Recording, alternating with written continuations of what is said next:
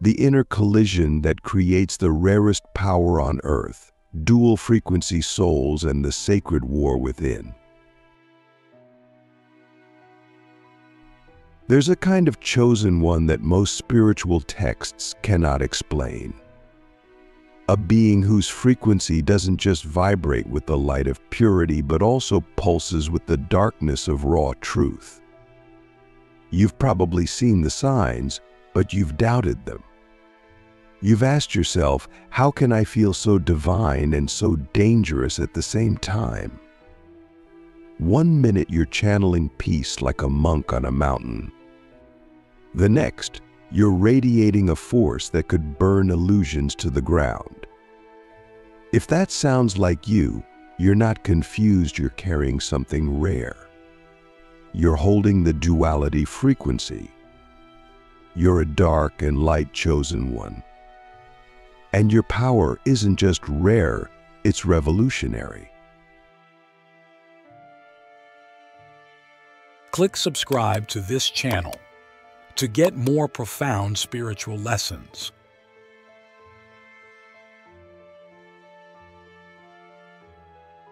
The first sign is this: you are both the healer and the destroyer, and you're equally comfortable in both roles. You don't just want to help people feel better. You want to help them see the truth, even if it hurts. You've never fully belonged in light worker spaces where everything must be love and light, and you've never fully belonged in shadow circles that glorify destruction. That's because you embody both. You walk into a room and instantly sense what needs to be healed and what needs to be burned. You're not afraid to say the hard thing. You're not afraid to sit with someone in their pain and not rescue them. And you're not afraid to burn down your own beliefs when a higher truth arises. You've always known that healing is not just about soothing. It's about purifying. And sometimes purification looks like fire, like collapse, like confronting the lies people call coping mechanisms. You hold space for rebirth, but you also hold the knife that cuts cords no one else is willing to sever. And the most sacred part, you never do it from ego. You do it from devotion. You destroy from love. You create from truth. You are both the womb and the blade. Ask yourself, when I look at the people I've helped, did I save them or did I awaken them? Did I make them comfortable or did I make them aware? The second sign is more subtle but even more powerful. Your emotional range is terrifyingly vast and it refuses to be tamed. You can go from sacred stillness to primal grief in the same hour. One moment you're channeling divine downloads that crack open timelines. The next, you're on your knees sobbing from a pain you can't name but feel in every cell of your being. You've been told you're unstable, too sensitive, too dramatic. But what people don't understand is that you're multidimensional. You don't just feel your own emotions, you feel the collective. You feel the timelines that never unfolded. You feel the karma that hasn't been cleared. You feel the grief of your ancestors and the rage of your future self. And here's the most important part. You don't avoid any of it. You let it move. You scream when you need to. You write poetry so raw it scares people. You cry not just for yourself, but for the parts of the world that have forgotten how. You don't bypass, you descend. And in doing so, you become the bridge between the unseen and the real. And maybe the deepest question you can ask here is this: what if my emotional intensity is not dysfunction but data? What if my sensitivity is not a weakness, but a weapon of remembrance? Now we arrive at the third sign, the one that most people misunderstand completely. You've been rejected by both the light and the dark, but you've never stopped walking between them. You've tried to belong in spiritual spaces that only preach love, but you couldn't shrink your truth enough to fit. You've tried to belong in edgy, rebellious circles that glorify rage, but you couldn't ignore the soft, holy frequency inside you that still believes in miracles. You've been exiled, labeled too much, too intense, too contradictory. But that exile was not rejection, it was training. You were being carved into something that doesn't fit anywhere because you're not supposed to. You're not here to belong. You're here to bridge worlds. You walk in both the sacred temple and the underworld without losing your essence in either. And you've had to learn this the hard way. Your power doesn't come from choosing light or dark. Your power comes from embodying both consciously.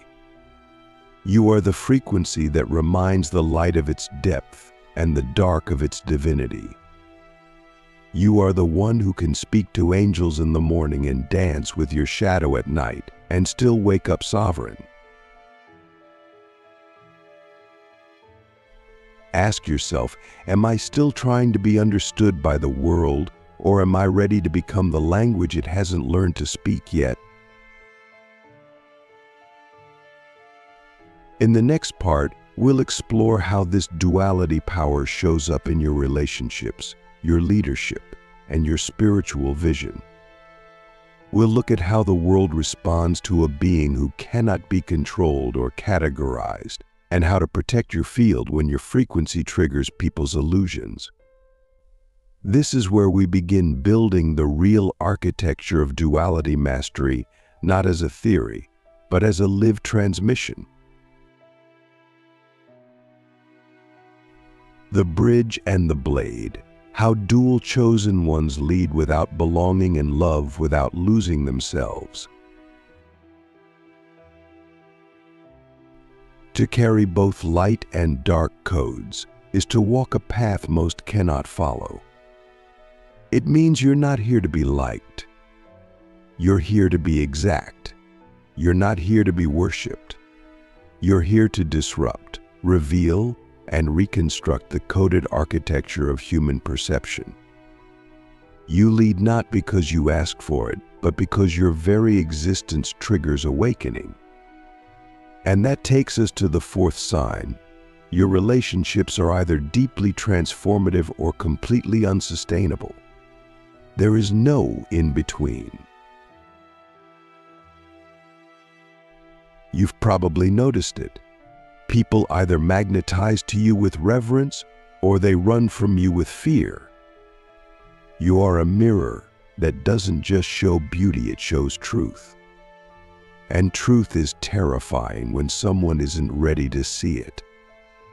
You've had friends who couldn't stay in your frequency, lovers who collapsed under the pressure of your clarity, mentors who once praised you and then turned cold when your growth outpaced their comfort zone. But here's the thing, you were never designed to be digestible. You were designed to be disruptive.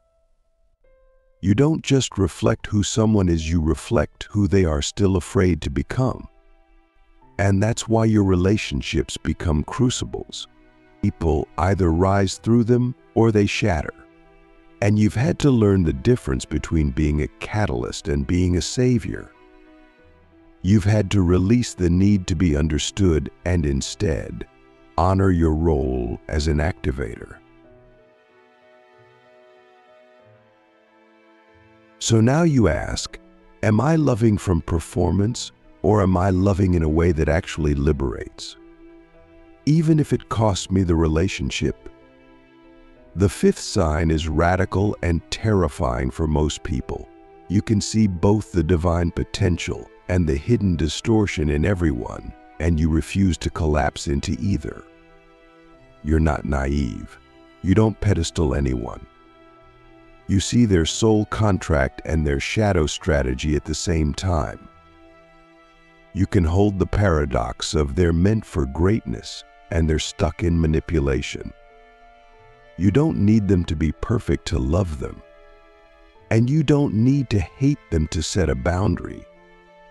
That's because you've mastered what most avoid, spiritual neutrality with surgical precision. You're not here to judge or to worship. You're here to witness clearly. You can hold a person in their highest without enabling their lowest. You love with awareness. You lead without illusion. You see people's timelines and know which ones they're avoiding. And sometimes your very gaze activates them. Not because you're trying to, but because your clarity is undeniable. It's not personal. It's architectural. Your vibration rewrites the room, not with force, but truth. And truth doesn't beg to be accepted. It just is. So ask yourself, am I willing to hold the truth of someone's full being, even if it means I can never engage them in the way I once did? And now we arrive at the sixth sign. This one is often the most painful. You've had to build your spiritual vision alone because no system teacher or lineage could fully house your codes.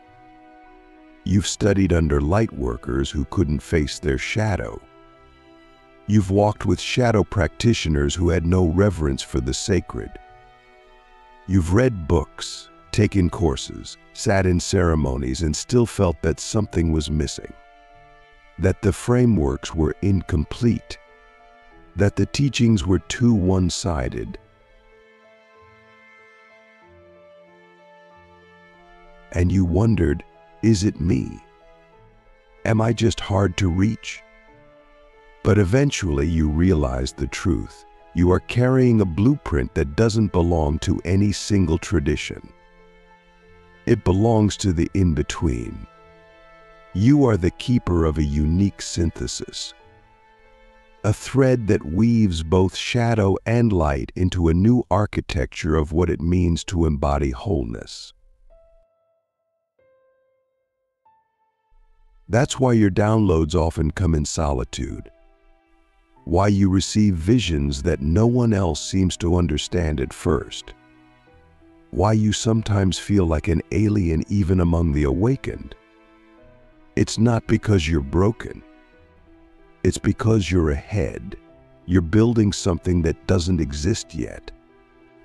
You're channeling a frequency that hasn't been normalized. And that's not just your gift. That's your assignment. Which leads to the real question, am I still trying to translate my codes into someone else's language, or am I ready to craft a new dialect of God through my embodiment?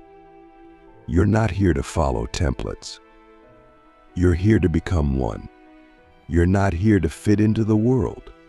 You're here to bend it into alignment. And that only becomes possible when you stop seeking permission and start trusting your own inner architecture. The sacred architect of worlds, how dual chosen ones encode new realities by existing in clean, undeniable truth. You've walked the razor's edge between light and shadow. You've held the torch and the blade. You've loved while clearing. You've stood alone while activating. You've died to who you were, again and again, not because you were broken, but because you were becoming something the world had never seen before. And now we arrive at the heart of your power, the seventh sign. You don't just live in two worlds, you build new ones. This is what sets you apart. You're not here to choose sides. You're not here to preach peace or glorify chaos. You're here to architect reality while holding the full spectrum of creation within your field. You're not just a mystic. You're not just a rebel. You're the original code holder, a being who understands that the most radical act of spiritual leadership is not to teach but to transmit. You don't need a podium. You don't need a stage. Your existence, when clean, becomes a living system of recalibration. And that starts with how you move through the world. You don't engage in illusion. You don't compromise your frequency to be understood. You don't water down your clarity just to be palatable. Because you've learned, every time you distort yourself to be accepted by the unconscious, you delay the timeline you were actually sent to birth. So now your decisions change. You no longer ask, will this make sense to others? You ask, does this choice reinforce the reality I came here to build? You no longer participate in things just because they're familiar, spiritual, trending, or high vibe. You participate in what is exact, what is clean, what is coded in truth. Your life becomes a filterless broadcast of frequency. And people feel it. Even if they don't understand it, they respond to it. Because you are no longer speaking in words. You are speaking in architecture. This is where your power becomes purposeful.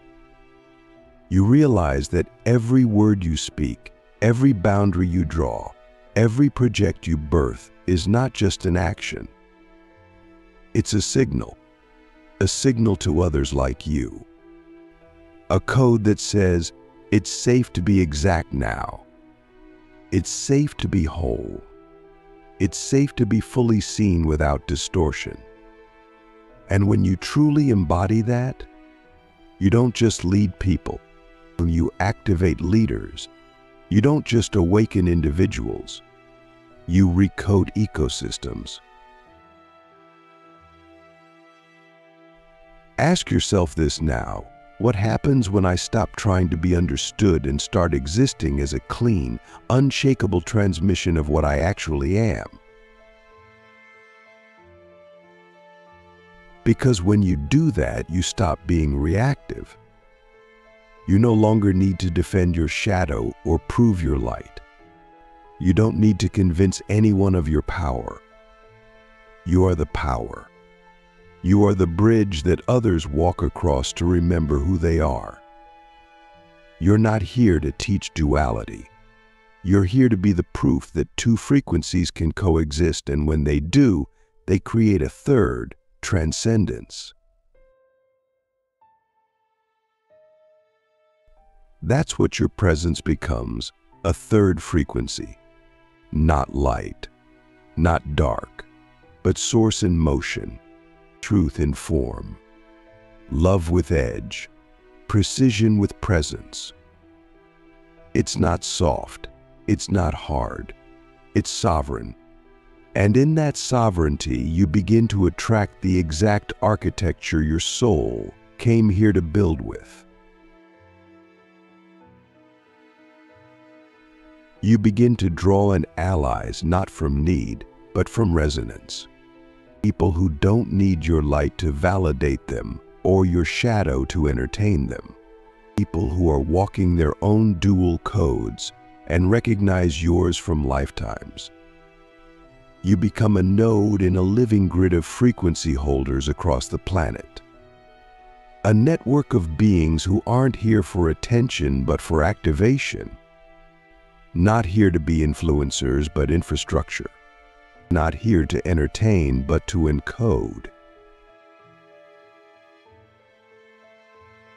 So now your work is no longer about scale.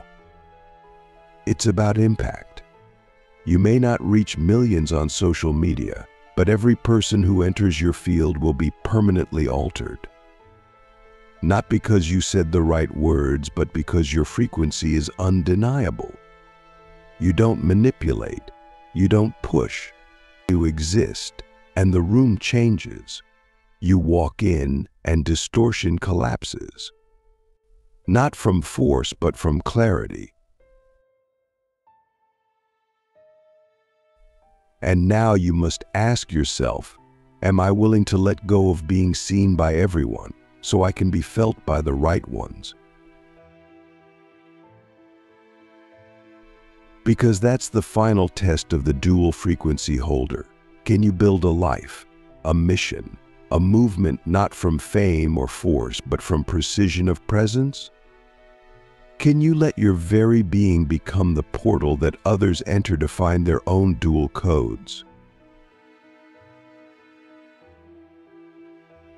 This is the mark of the true dark and light chosen one. You don't just survive duality, you master it. You don't just hold the paradox, you become the paradox resolved. You don't live from ego or erase it. You integrate it into a system that serves your soul. You don't avoid your triggers. You refine them into tools. You don't run from your shadow. You assign it a role. You don't chase the light. You become its architect. And the reward. You get to live a life that is not just aligned but undeniable. You build relationships that are not just deep but coded in destiny. You lead not because the world asked you to, but because your existence made it inevitable. And you love not from longing, but from overflow. In the final part, we bring it all together.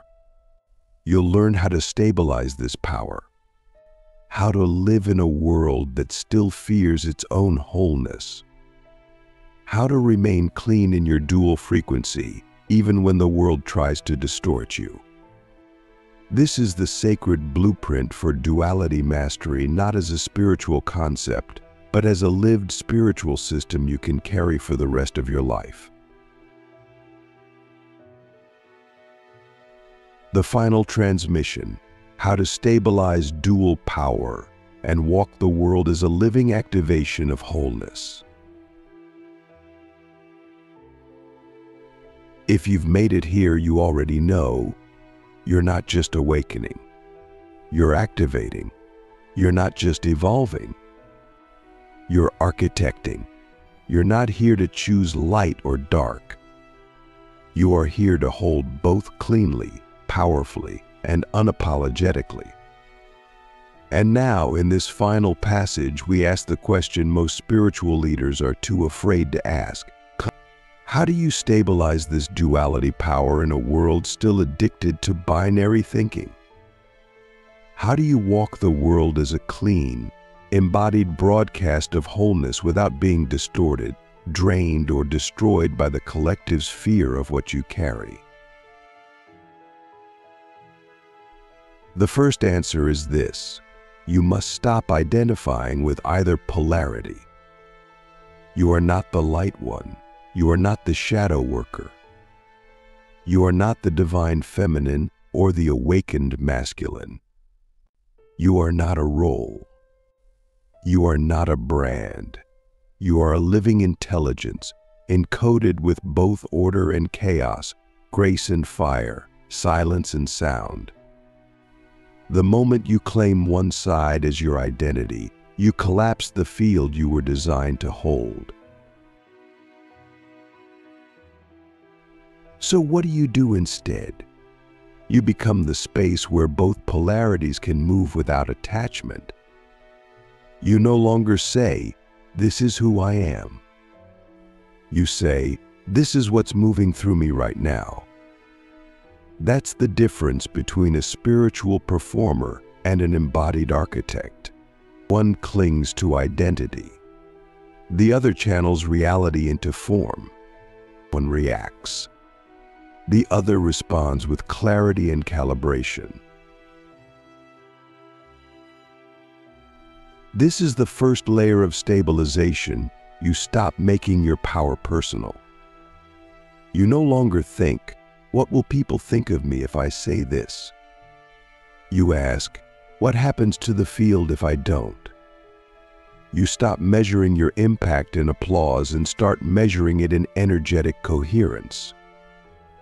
You don't need to be right. You need to be clean. You don't need to be praised. You need to be precise. And in that precision, you become unshakable. Ask yourself now, am I still protecting my identity, or am I finally protecting the frequency I came here to carry? The second layer of stabilization is even harder but more powerful. You must stop leaking your duality power in relationships that feed on distortion. This is where most dual-coded beings get trapped. You try to love people who aren't ready to meet your frequency. You try to explain your depth to those who still live in surface-level spiritual concepts. You compromise your clarity to be relatable, to be understood, to not hurt anyone. But make no mistake, every time you abandon your exactness to be digestible, you leak your legacy. So what's the solution? You refine your boundaries into energetic architecture. You don't just say yes or no. You set the field before they even enter your space. Your frequency becomes so clean, so calibrated, that distortion cannot survive in your presence. You no longer need to cut people off with drama. You simply become so aligned that anything misaligned collapses on its own. You're no longer reactive. You're redefining the ecosystem by existing. And this requires one of the deepest spiritual commitments on earth. You must be willing to be alone if it means staying exact. Not forever, but long enough to build your field so clearly that only those who respect the architecture can find the door in. You stop chasing love. You become the gravity that attracts only what can meet you in truth. And that's not loneliness, that's sovereignty. So ask yourself, am I still trying to be loved by the frequencies I've outgrown, or am I ready to magnetize only what matches my cleanest calibration?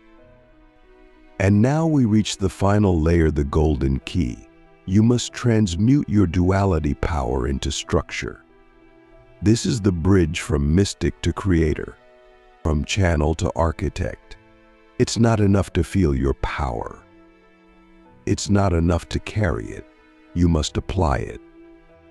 You must encode it into systems, containers, structures, relationships, legacies. That's when your duality power stops being a burden and becomes a blueprint. What does that look like in practice? It means you design your business not to scale quickly, but to hold massive energetic impact. It means your offerings aren't products, they are portals. It means your words aren't content, they are codes. It means every project, every conversation, every sacred yes becomes a living frequency transmission that upgrades the field. And when you do that consistently, cleanly, you become a world builder. You're no longer reacting to the world. You're replacing it. Quietly, powerfully, without resistance, without apology. Because here's the truth you now carry in your bones. The world doesn't need more influencers. It needs frequency holders. It needs system disruptors. It needs spiritual architects who don't just talk about love and shadow, but who live in the in-between and build new worlds from it. That's what you're here for. You're not here to save the world. You're here to recode it. You're not here to be a guru. You're here to be a mirror that cannot be distorted. You're not here to be liked. You're here to be undeniably exact. And that requires one final activation. You must let go of yourself. Not in the way of self-abandonment, but in the way of self-transcendence. You must become so sovereign that your ego no longer runs your mission. Your fear no longer edits your message. Your past no longer dictates your presence. You must become clear enough that the divine can use you without distortion, that your field speaks louder than your words, that your presence builds temples in people's nervous systems, because that's what you are now, a living transmission of wholeness, not perfect, not holy, but precise, exact, clean, undeniable. And in that state, you no longer need to seek anything. You've become the thing others are seeking. And not because you're the answer, but because you are the mirror that reveals their own truth. So here we are. 7 signs, 1 path, 1,000 deaths. And now, a singular frequency that builds new timelines. You carry both the codes of collapse and the codes of creation. You are both the end and the beginning. You are not here to be understood. You are here to be unmistakable. So the final question I leave you with is this.